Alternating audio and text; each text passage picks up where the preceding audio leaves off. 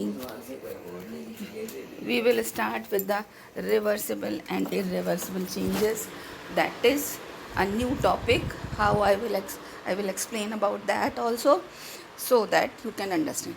Now listen carefully. Reversible change is that in which the changed form is obtained back in its original form and reversing the cause of the change. मतलब कि इसमें ऐसा change जिसमें कि जो change form है वो फिर से वापस उसी में आ जाए. लाइक सबसे इजी एग्जांपल होता है इसका कि हमने अगर सपोज हमने वाटर को आइस बनाया तो it will freeze and in a due course of time when it will get some heat from the surrounding it will again change into the water. So इस तरह से जब फिर से वाटर बन जाता है आइस से तो इस तरह के चेंजेस कहलाते हैं reversible change. Same is the case for heating. When we are heating water, it changes into vapor, and vapor on cooling reverses to the water state. So on deep cooling, water freezes to ice, and ice on warming melts into water. In this example, we have seen how reversible change is done. अब now देखिए, irreversible change is that in which new substance are form and we do not get the original substance. हमें दोबारा से original substance वापस नहीं मिलता. For example अगर हमने एग को ब्रेक किया और उसका ऑमलेट बनाया और उसको फ्राई किया तो क्या हम फिर से वापस से वैसा एग पा सकते हैं? No. If we are cooking anything, no, we can't get it again. उस तरह से हम उसको नहीं पा सकते. तो such examples are irreversible change. अब now to demonstrate reversible change and irreversible change we can conduct an activity. इसको समझने के लिए हम एक एक्टिविटी भी कर सकते हैं. 2 शीट्स ऑफ यूज पेपर ली हमने. Take a piece of paper and fold it. उसको हमने क्रम्प कर लिया, फोल्ड कर लिया. The shape of the paper changes. अब वो जो पेपर था उसका शेप चेंज हो जाएगा. Then the piece of paper can be rolled back to its original shape. अब हम उसको फिर से उसी शेप में ला सकते हैं. न बर्न द पेपर. और एक बार हमने उसको लेके जला दिया. अब जब हमने पेपर को जला दिया तो can you get it back? No, we can't get it back. तो जब हम उसको जला देते हैं तो हमको वापस नहीं मिल सकता.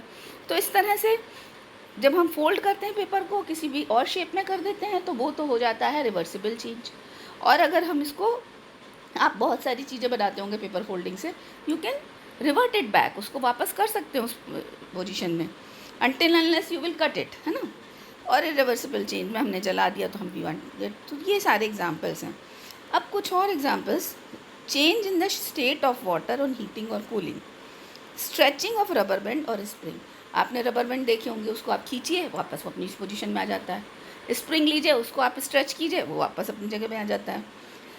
Bending of making a coil of a metallic wire. Bend करना किसी कॉइल को और उसको कॉइल बनाना, वो भी. Putting on a light a fan और heater.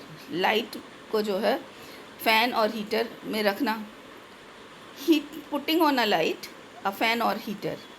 Heating an iron nail to red hot. Iron nail को रेड हॉट करिए, फिर वो ठंडी हो जाएगी तो उसी उसमें आ जाएगी. Melting of wax. वैक्स का मेल्ट होना. Preparing clay moulds from wet clay. जो मिट्टी के खिलौने बनते हैं वो गीली मिट्टी से बनाइए और फिर उसको ब्रेक कर दीजिए तो you will again get the clay. Rolling of loaf. हम लोग रोटी बनाते हैं घर में, आपकी मम्मी भी बनाती होंगी, तो आपने उसको डो को लिया और उसको रोल किया तो किसी भी शेप में रोल कर सकते हैं और फिर चाहें तो वैसे ही डो कर सकते हैं. Preparing solutions by dissolving salt sugar in water. Solutions बनाना. On heating a piece of iron to red hot stage iron becomes soft and it can be hammered to a desired shape.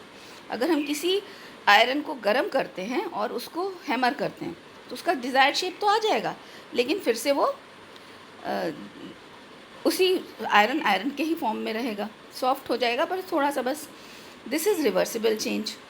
Since on cooling we get back the hard iron. हम जैसे ठंडा करेंगे तो जो तो softness थी वो वापस हार्ड हो जाएगी. Similarly preparing a model from wet clay और रोलिंग अ चपाती, अभी हमने आपसे डिस्कस किया ही. Then gypsum is a hard and rocky mineral. On heating it loses some water. Gypsum एक मिनरल होता है, इसको गर्म करिए तो ये अपना पानी छोड़ देता है. And changes into powdery mass called plaster of Paris. Plaster of Paris में बदल जाता है. This is a reversible change. उसमें आप फिर से पानी डाल दीजिए तो will again become the same. This is reversible since on adding some water to the plaster of Paris, it sets into hard mass of desired shape. POP is used in laying false ceiling. चूँकि ये फिर से उसको वहाँ पानी डाल के उसको हम डिज़ायर्ड शेप में बना सकते हैं, इसीलिए ये प्लास्टर ऑफ पेरिस किस लिए यूज़ होता है? फॉल्स सीलिंग बनाएंगे. It is also applied as a bandage on a fractured bone. जहाँ कहीं आपके फ्रैक्चर हो जाए वहाँ भी प्लास्टर ऑफ पेरिस लगा के उसको इमोबलाइज किया जाता है. POP is added to cement to enhance it setting. इसीलिए प्लास्टर ऑफ पेरिस को हम किस में मिलाते हैं? सीमेंट में, कि उसकी सेटिंग जो है बढ़ जाए. We will study some of the reversible changes in details. Expansion and contraction of materials on heating is a reversible change. अब आप देखिए, ये बॉल एंड रिंग का एक्सपेरिमेंट है. इसमें आपने एक बॉल ली है. We have learn about 3 states of matter, solid, liquid and gas. All the 3 states of matter expand, फैल जाती हैं. And on cooling they contract, ठंडी हो जाती हैं. जब हमने उसको ठंडा करते हैं तो वो कूलिंग पर कॉन्ट्रैक्ट हो जाती हैं. तो this is a matter is reversible. तो एक्सपेंशन और कॉन्ट्रैक्शन जो होता है वो एक रिवर्सिबल चेंज है. You might have learn about the ball and ring experiment. आपने कभी किसी अपनी प्राइमरी क्लासेस में पढ़ा होगा कि एक बॉल ली, उसको जो है पहले उसमें रिंग में से निकाला तो वो चली गई, फिर उसको निकाल के हमने हीट कर दिया तो फिर वो नहीं जाती. तो इसलिए हीट करने पे वो एक्सपेंड हो गई, और फिर जब वो ठंडी हो जाती है तो फिर उसके अंदर से निकल जाती है.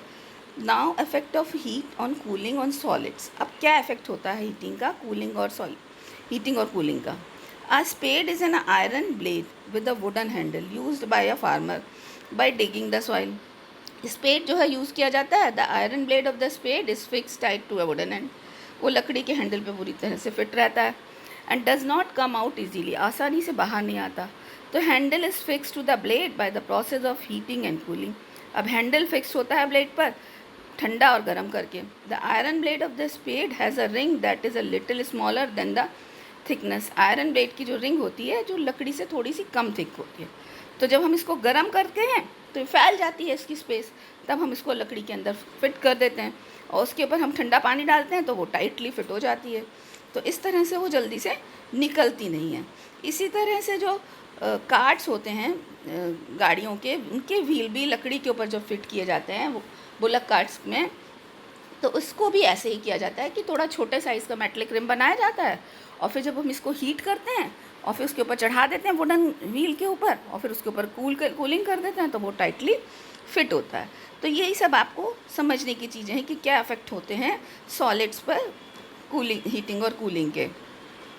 इसके बाद हम पढ़ेंगे effects of heating on and cooling on liquids. In the kitchen you might have seen milk expanding in volume on heating. गर्म करने पे वो बढ़ता है वॉल्यूम में. एंड ओवरफ्लोइंग द वेसल, और बाहर निकल जाता है. इसको बचाने के लिए हमें क्या करना चाहिए?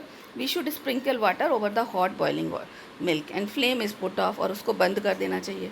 On cooling the expanded milk subsides to original, और जैसे ही ठंडा करते हैं तो वो फिर से अपनी वापस उसी स्थिति में आ जाता है. अब effect of heating and cooling. अब बैलून्स में है, जैसे उसमें गैसेस भरी होती हैं, तो take a soft rubber balloon, inflate, फुला दीजिए उसे, and full and place it in a sun, धूप में रख दीजिए. The balloon grows in size और समटाइम्स बस्ट, वो बढ़ता जाएगा क्योंकि उसके अंदर की जो गैस है वो एक्सपेंड करेगी और जब उसको साइज़ उसके अंदर फैलने का मौका नहीं मिलेगा तो वो फट जाएगी. तो इस तरह से जो है गैसेस भी एक्सपेंड करती हैं on heating. And contracts on cooling are reversible change. So these are the some of the examples which are here shown to you. Now we will meet you in the further next topic in the next video.